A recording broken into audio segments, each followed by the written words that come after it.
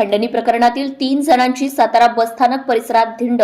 सातारा बसस्थानक परिसरात एकाला खंडणी मागून त्याच्याकडून जबरदस्तीने मोबाईल काढून घेणाऱ्या तिघांची आज सातारा शहर पोलिसांनी सातारा बसस्थानक परिसरात धिंड काढण्यात आली आहे। सातारा बसस्थानक परिसरात रविवारी एका कापड व्यापाऱ्याला शस्त्राचा धाक दाखवून खंडणी मागून त्याचा जबरदस्तीने मोबाईल तसेच काही रक्कम काढून घेणाऱ्या स्मित पवार, आदेश बनसोडे, गणेश साठे या 3 जणांना पोलिसांनी अटक केली आहे। त्यांच्यावर सातारा शहर आणि शाहूपुरी पोलीस ठाण्यात गुन्हे दाखल करण्यात आले आहे।